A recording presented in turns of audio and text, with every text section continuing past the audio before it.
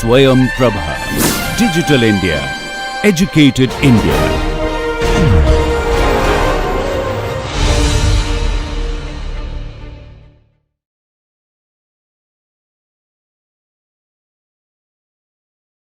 So let's come back to the important question, what is program analysis?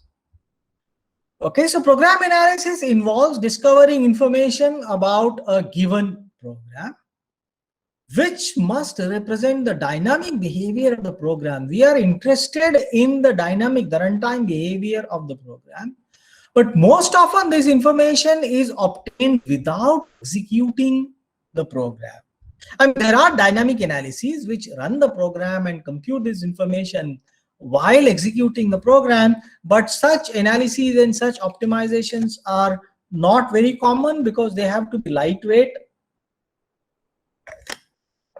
because they add to the execution time of the program.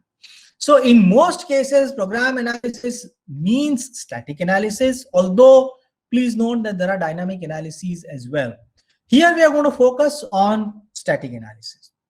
So this is the story. The story is we want to find out the runtime information, but we don't want to run the program. We want to merely look at the program, stare at the program, analyze the program, and find out what could it possibly do at runtime.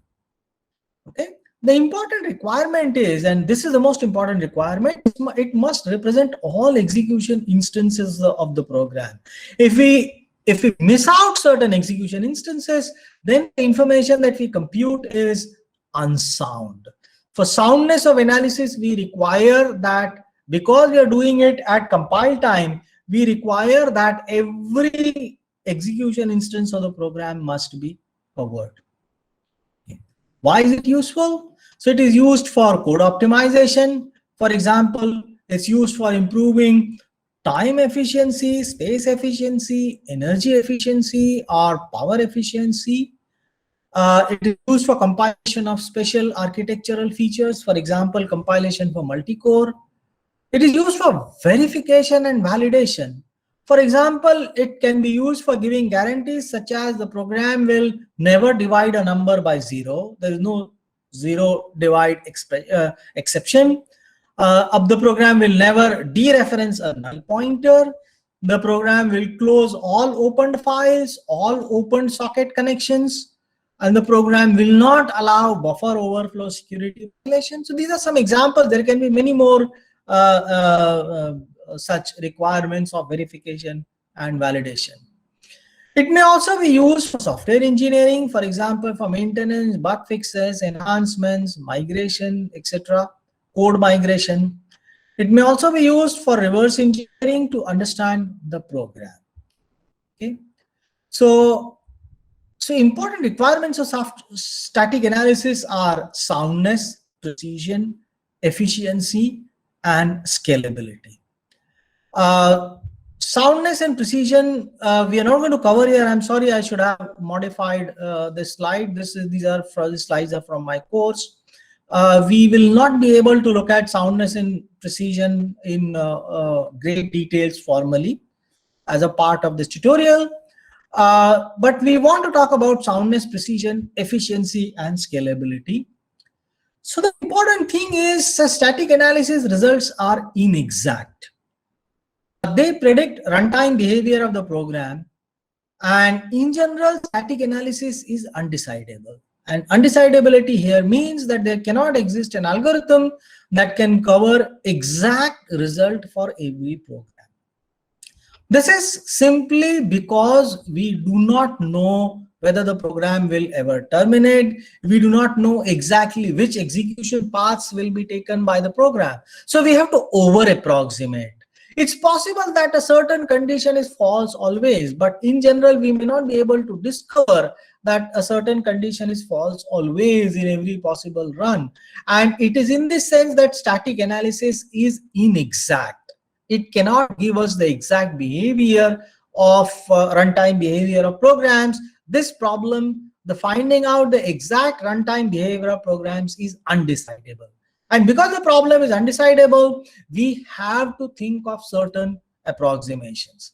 And why is the problem undecidable? Because the values of variables may not be known at compile time, and therefore branch outcomes may not be known at compile time. There may be infinitely many paths in the presence of loops or recursion. So there are infinitely many execution instances, potentially infinitely many execution instances. There are infinitely many values, and therefore we may not be able to pinpoint exactly and say that this is exactly what this program does. So what we do is we try to over approximate. We try to find out the behavior which covers in some sense every possible execution in a sound manner.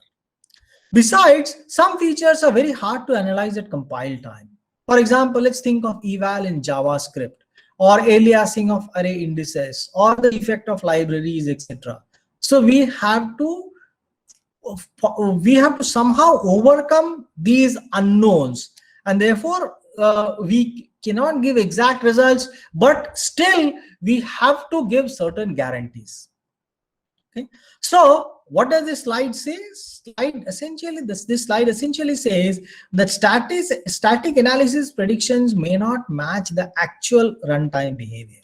And if they do not match that, if there's no guarantee that they will match the actual runtime behavior, what good things can we say? And this is where we have to talk about possible errors and categorize the errors. Okay. Some predictions may be erroneous because the predicted behavior may not be found in some execution instances, or they may not be found in any execution instance.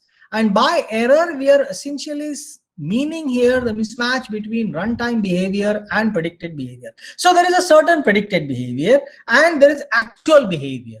So is there a mismatch between actual and prediction? If yes, there is an error. Okay. Now, the interesting thing is some of these errors may be harmless, whereas some may be harmful. And this distinction is very, very important. Okay. Some of these errors may also be unavoidable because of undecidability.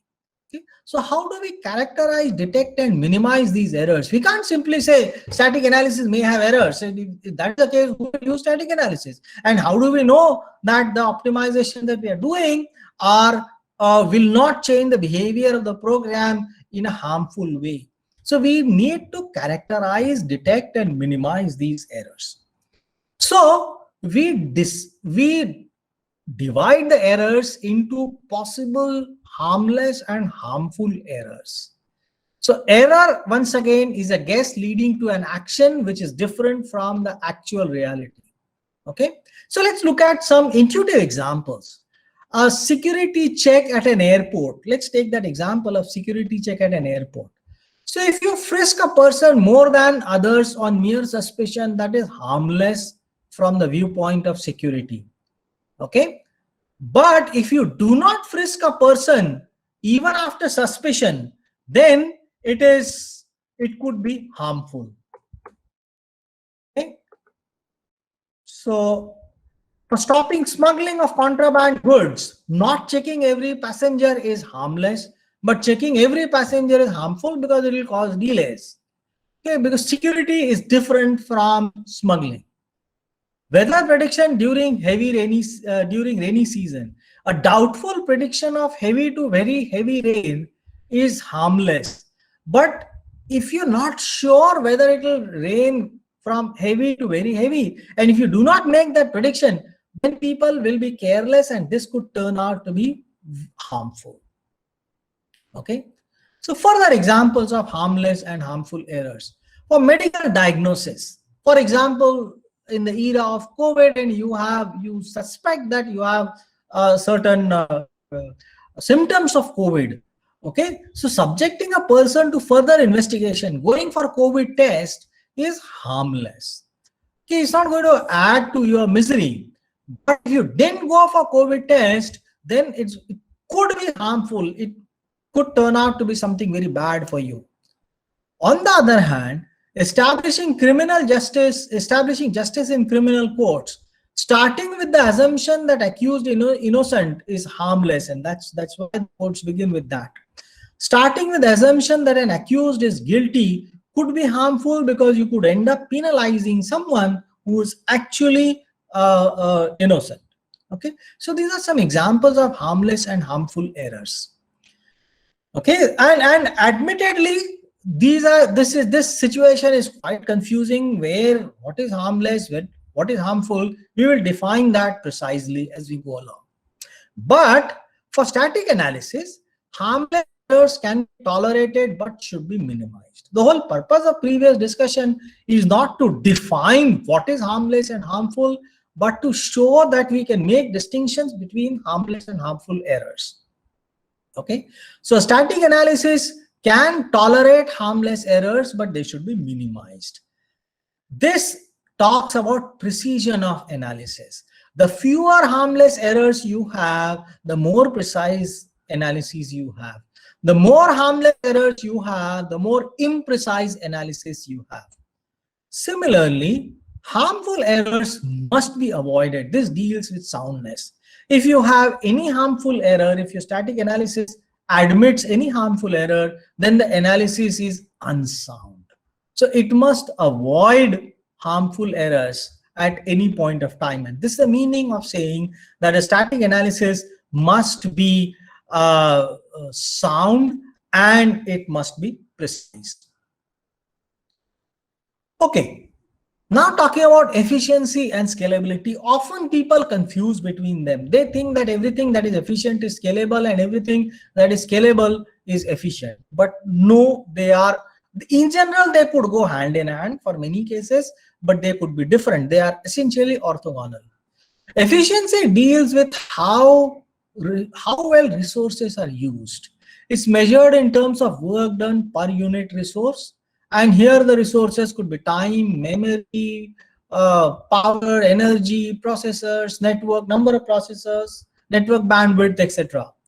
Scalability deals with how large inputs can be handled, and it's measured in terms of the size of the input that can be handled and not the time required to handle that input.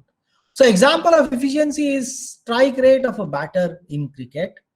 And whereas example of scalability is total runs scored by a batter in cricket. For example, yesterday, if you have watched the India versus England women's cricket, you would find that Shefali Verma was not only most efficient, but she also scored more runs than anyone else. Her strike rate is much higher than Mithali Raj, but Mithali Raj has scored many more runs. So that's the difference between efficiency and scalability. Okay, efficiency and scalability are orthogonal. Efficiency does not necessarily imply scalability, and scalability does not imply efficiency necessarily.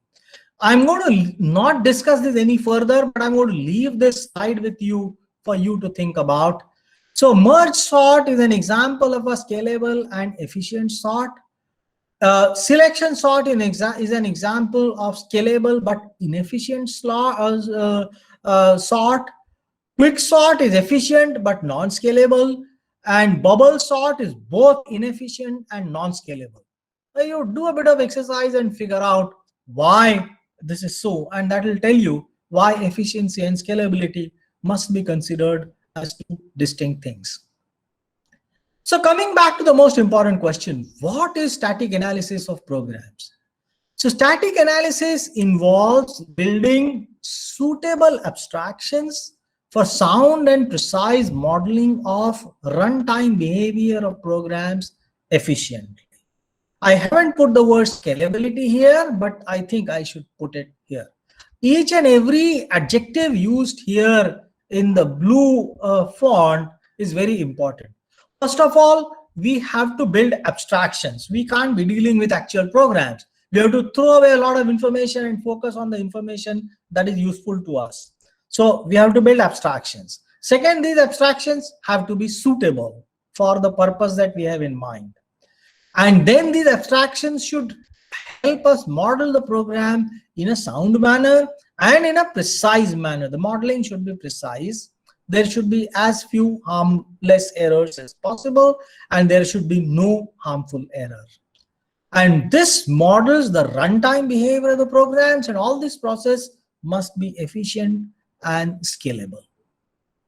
So What we have here is we have a static world and we have a dynamic world. In the static world, we have program code. And in the dynamic world, we have program in execution, which is a process. So for a single program code, there could be multiple processes that are possible. Program code is abstract, bounded. There is a single instance of a program code, whereas a process is concrete. Program is abstract because I don't know the value of variable X. The process is concrete because I know the value of variable X. Program code is bounded because it is finite in size. Process is unbounded because I don't know how long it will go. And for a program code, there is a single instance of program code, but there could be infinitely many different processes for a particular program. And each of these processes could lead to memories that are concrete, unbounded, and infinitely many.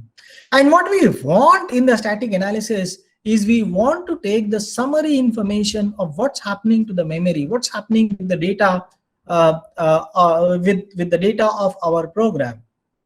However, we do not want to take this long route of going from static world into dynamic world, running the program and then examining the memory and then computing the summary information. This is done by profiling, or this is done by what is called feedback directed compilation. But in static analysis, we do not do that.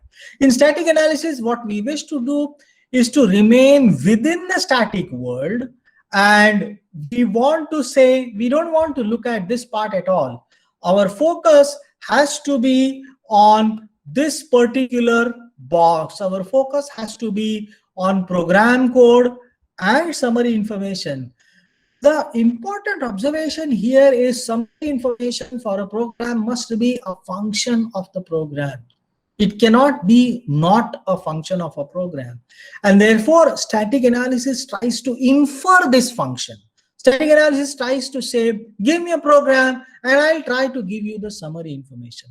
This is the purpose of static analysis. Okay, so with that, we come to the end of the first hour of the lecture. And before we talk about variable analysis, I will be happy to take lectures. I will be happy to take questions, I'm sorry. Any questions about what we have seen so far?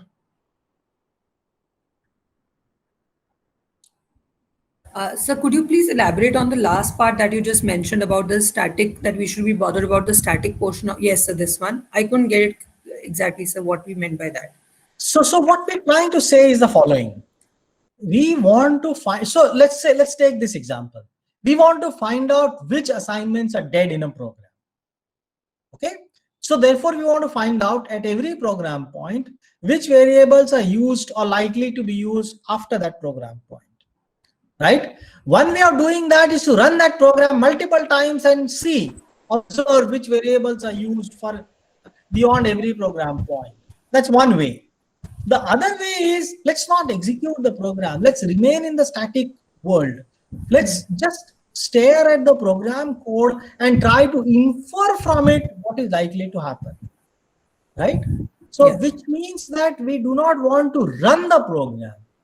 We want to build a model of the runtime of the program without running the program. And this is what makes static analysis very, very interesting.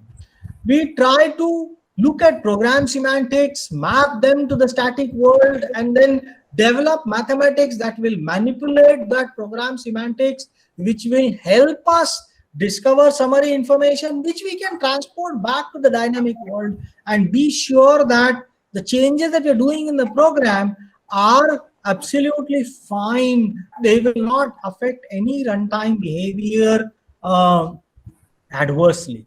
So the idea is to remain in the static world. Right. So that means we are not bothered about the executional part of it. We are only bothered about how it is behaving currently when we are not running it on a platform. That's what we mean to say, sir. Actually, no. We are very much bothered about the executional aspects, except that we want to do it without executing the program. Sir, got it, sir. Yes, sir, got it, sir. Yeah. I mean, everything is about program execution. But what makes it very interesting is we don't want to really execute it. We want to imagine what executions could happen. We want to imagine what could happen in those executions, and then we build interesting abstractions, and then we build interesting theory around it, saying that okay, this is our abstraction. So just let's take a concrete example of live variables analysis. How did we look at the informal introduction of live variables analysis? We said here is a statement. After this statement, we know which variables are live. We didn't ask a question, how did we arrive at it? We will find out a way of arriving at it. Then we said, if we know which are the variables live here after the statement, can we look at the statement and infer which variables will be live before the statement? Right? So the set of live variables is an abstraction of runtime behavior of the program. This abstraction represents that from this program point onwards, these are the variables that are likely to be used. This is an abstraction because we have thrown away every other information of the program. We're simply keeping track of which variables are used after this program. So this is something that we do, and we look at a statement and then we say what is live before it. This is how we compute it. Now the question is, how did we get the set of live variables after a statement? Because then the answer would be that, you know, it would we would get it by looking at the statement after this particular statement. You know, it's the same story of turtles all the way around. The earth is standing on a turtle, and that turtle is standing on some other turtle, and that turtle is standing on some other turtle. But unlike the mythology of turtles all the way around, our program is finite. So we have one statement, we have then a statement after it, then we have a statement after it. Sometime we want to come to the end of the program, right? And then at that point, we know that nothing is live. So now we have a case where we concretely know that nothing is live. From there, we infer something before that statement. We take that information, we use it to infer something before that statement. We are not executing the program at all.